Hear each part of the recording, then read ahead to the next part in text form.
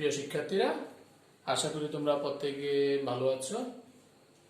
বর্তমান করোনাকালীন সময়ে Lakers public school and college কর্তৃক আয়োজিত অনলাইন ক্লাসে আমি শামীম আহমেদ প্রভাষক আজ তোমাদের উচ্চতর গণিত এর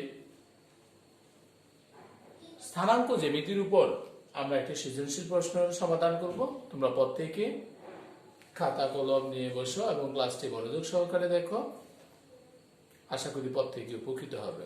প্রিয় শিক্ষার্থীরা, তাহলে আমরা সৃজনশীল প্রশ্ন উঠাচ্ছি, প্রত্যেকে ওই প্রশ্নটি খাতায় উঠাবে। প্রশ্নটা হচ্ছে এরকম যে 3x - y - 4 = 0 এবং 3x + y - 10 = 0। সরলরেখা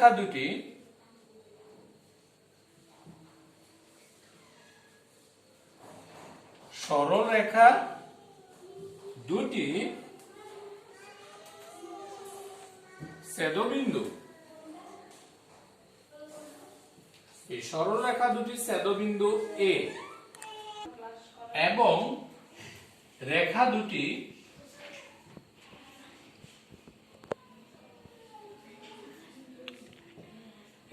দুটি x অক্ষকে B ও C বিন্দুতে ছেদ করে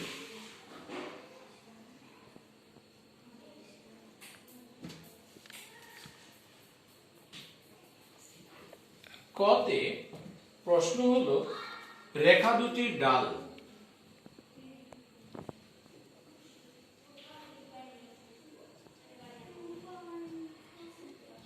রেখাদ্বয়ের ডাল নির্ণয় করো। খতে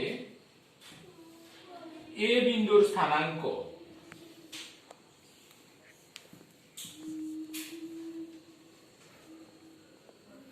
নির্ণয় করো। গতে ত্রিভুজ ABC এর ক্ষেত্রফল কত? প্রিয় শিক্ষার্থীরা, আশা করি তোমরা প্রত্যেকে আমাদের এই সৃজনশীল প্রশ্নটি বুঝতে পেরেছ। দুইটি সরল রেখা দেওয়া আছে, রেখা দুইটির ছেদবিন্দু যখন বলছে এ, তাহলে দুটি রেখাকে সমাধান করে আমাকে এর স্থানাঙ্ক অর্থাৎ x এর মান আর y এর মান বের করলে আমরা এই বিন্দুর স্থানাঙ্ক পাবো। রেখা দুটি x অক্ষকে অর্থাৎ এই দুটি রেখা x অক্ষকে B ও C বিন্দুতে যদি ছেদ করে তাহলে রেখাদ্বয়ের ডাল কতে, খতে বলছে এই বিন্দুর স্থানাঙ্ক, গতে ত্রিভুজ ABC এর ক্ষেত্রফল কত বের করতে হবে। প্রিয় শিক্ষার্থীরা, তাহলে আমরা কতে যেটা বলছিল ক এর সমাধান করছি, রেখা দুটির ঢাল কত বের করতে হবে। কতে সমাধান, প্রথম রেখা 3x - y - 4 = 0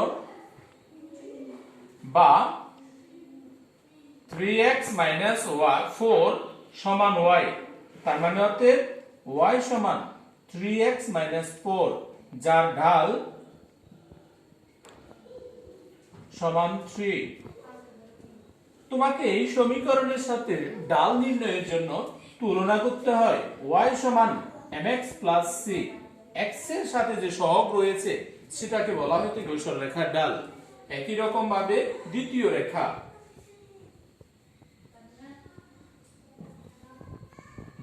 রেখা সূত্র হলো এরকম যে 3x + y - 10 = 0 বা y = -3x + 10, তার মানে অতএব ডাল সমান হবে -3। তাহলে আমি প্রথম সরলরেখার ডাল পেলাম 3 আর দ্বিতীয় সরলরেখার ডাল হলো -3। প্রিয় শিক্ষার্থীরা, আশা করি কতে যে সমাধানটা ছিল তোমরা প্রত্যেকে বুঝতে পেরেছো এবং লিখেছো।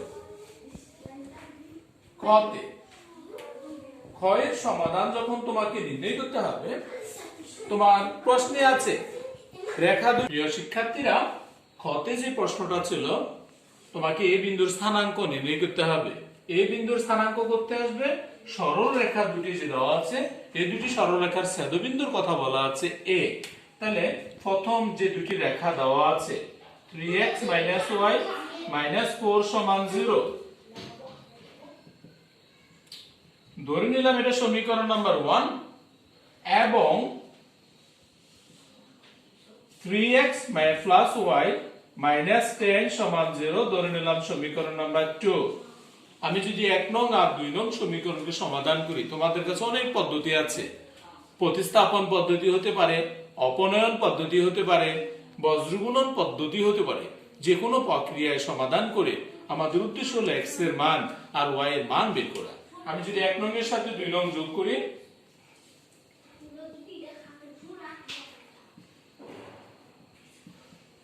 1 নং যোগ 2 নং সমীকরণ হতে পাই 1 নং সমীকরণ 3x - y - 4 = 0, 2 নং সমীকরণ 3x + y - 10 = 0।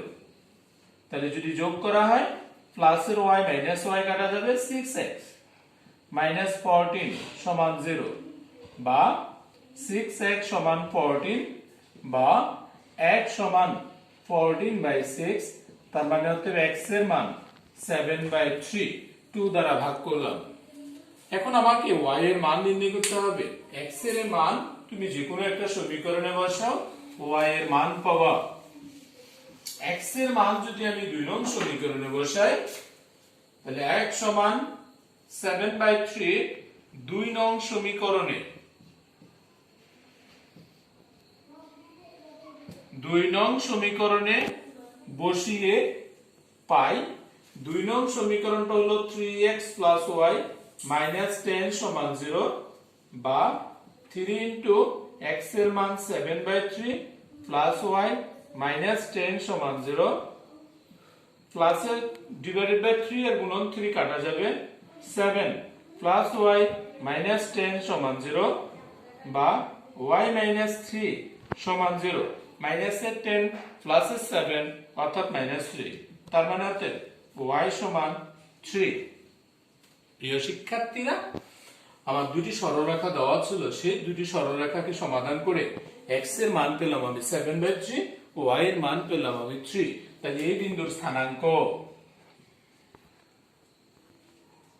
এই বিন্দুর স্থানাঙ্ক 7/3, আসবে 3, এটি হচ্ছে যা নির্ণেয় মান। এই বিন্দুর স্থানাঙ্ক তুমি পেলা 7/3, 3। প্রিয় শিক্ষার্থীরা, তৃতীয় নাম্বার যে প্রশ্ন, সেই প্রশ্নটা ছিল যে রেখা দুটি x অক্ষকে b ও c বিন্দুতে সেট করলে তোমাকে ত্রিভুজ ABC এর ক্ষেত্রফল নির্ণয় করতে বলা হয়েছিল। তাহলে এই উদ্দীপক থেকে দেখা যাচ্ছে রেখা দুটি, অর্থাৎ প্রথম রেখাটা x অক্ষকে b বিন্দুতে আর দ্বিতীয় রেখাটি x অক্ষকে c বিন্দুতে যদি সেট করে, তাহলে a b এবং c বিন্দুর স্থানাঙ্ক কত? তাহলে তুমি সমাধানে তুমি লিখতে পারো খ হতে পাই, যে খ হতে পাই বা প্রাপ্ত a বিন্দুর স্থানাঙ্ক,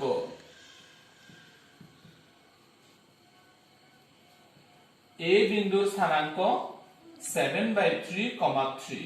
আমরা a বিন্দুর স্থানাঙ্ক পেলাম। এবার তোমাকে b বিন্দু আর c বিন্দুর স্থানাঙ্ক বের করতে হবে। আমার প্রশ্নে উদ্দীপকে বলা আছে যে 3x - y - 4 = 0 রেখাটি x অক্ষকে ছেদ করলে, কোন রেখা যদি x অক্ষকে ছেদ করে তাহলে ওই রেখা কোটি সমান 0 হবে। x অক্ষকে ছেদ করলে y সমান 0 হবে। y এর মান যদি 0 তুমি এখানে বসাও, 3x - 0 - 4 = 0, বা 3x - 4 = 0, বা 3x = 4, অতএব x = 4/3। তার মানে c বিন্দুর স্থানাঙ্ক, b বিন্দুর স্থানাঙ্ক,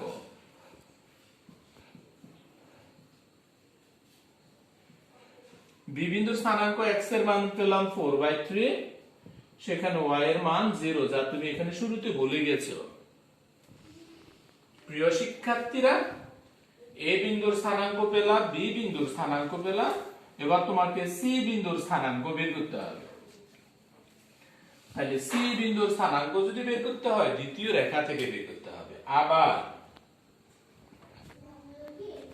3x plus y minus 10 সমান 0 রেখাতে x অক্ষকে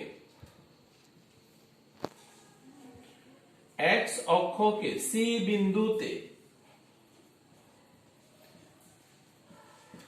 বিন্দুতে ছেদ করলে, x অক্ষকে ছেদ করলে y সমান 0 হবে। তাহলে যদি y সমান 0 হয়, তাহলে 3x plus 0 minus 10 সমান 0 বা 3x সমান 10, অতএব x সমান 10/3। তাহলে c বিন্দুর স্থানাঙ্ক মান পেলাম 10/3, কমা হচ্ছে 0। প্রিয় শিক্ষার্থীরা, আমার a বিন্দুর স্থানাঙ্ক বের হলো, b বিন্দুর স্থানাঙ্ক বের হলো, c বিন্দুর স্থানাঙ্ক বের হলো। এখন এই বিন্দুগুলোর সাপেক্ষে তোমাকে ত্রিভুজের ক্ষেত্রফল নির্ণয় করতে হবে। প্রিয় শিক্ষার্থীরা, যদি এখন আমি ত্রিভুজের ক্ষেত্রফল বের করি, তোমার জানার্থে আমি লিখে রাখলাম a বিন্দুর স্থানাঙ্ক। a বিন্দুর স্থানাঙ্ক তুমি পেয়েছিলে 7/3, 3। b বিন্দুটার স্থানাঙ্ক তুমি যা পেয়েছিলে সেটা হচ্ছে 4/3, 0। c বিন্দুর স্থানাঙ্ক তুমি যা পেয়েছিলে 10/3, 0। এই যে তিনটা বিন্দু, এই বিন্দুগুলো যদি ঘড়ির কাঁটার বিপরীত দিকে আবর্তিত হয়, সেজন্য আমরা একটা ক্ষেত্রফল বের করতে পারি। তাহলে লিখবা ত্রিভুজ ABC এর ক্ষেত্রফল। ত্রিভুজ ABC এর ক্ষেত্রফল সমান হাফ অফ, তুমি জানো a বিন্দুর স্থানাঙ্ক 7/3 divided by 3, b বিন্দুর স্থানাঙ্ক 4/3/0, 10/3/0। আবার প্রথম বিন্দুটার স্থানাঙ্ক কি হবে? রিপিট হবে, সমান হাফ অফ, যদি গুণন করা হয় 7/3 into 0, অর্থাৎ 7/3 into 0 যোগ 4/3 into 0 যোগ 10/3 into 0, তার মানে সব আমি পেলাম 0। তারপরে মাইনাস এই 3 দ্বারা গুণন করতে হবে, 3 into 4/3, বাকি সব দেখা যাচ্ছে 0, সমান half of 0 plus 0 plus 0 minus 4 plus 0 plus 0। আমি ইচ্ছা করলে এটা মডিউলাস দিতে পারি, যেটা ক্ষেত্রফল। তার মানে হাফ ইন্টু 4 সমান হচ্ছে কত? 2। তার মানে ওই ত্রিভুজের ক্ষেত্রফল হলো 2 বর্গ একক। প্রিয় শিক্ষার্থীরা, আশা করি দুটি সরলরেখা দেওয়া ছিল, সেই দুটি সরলরেখা থেকে আমরা ঢাল নির্ণয় করেছি। দুটি সরলরেখার ছেদবিন্দু থেকে আমরা বের করতে পেরেছি এর স্থানাঙ্ক। দুটি সরলরেখা যদি এক অক্ষকে কোনো দুটা বিন্দুতে ছেদ করে, সেখান থেকে আমরা ওই দুটা বিন্দুর স্থানাঙ্ক বের করে ক্ষেত্রফল বের করেছি। আশা করি তোমরা প্রত্যেকে সেই পদ্ধতি বা প্রসিডিউরটা দেখেছো এবং পর্যায়ক্রমে আরেকবার দেখো এই ক্লাসটি। আশা করি এই ধরনের অঙ্ক যখন তোমাদের পরীক্ষায় আসে তোমরা সমাধান করতে পারবে, নিশ্চিতভাবে বলা যাচ্ছে। তোমরা সবাই ভালো থাকো, ধন্যবাদ।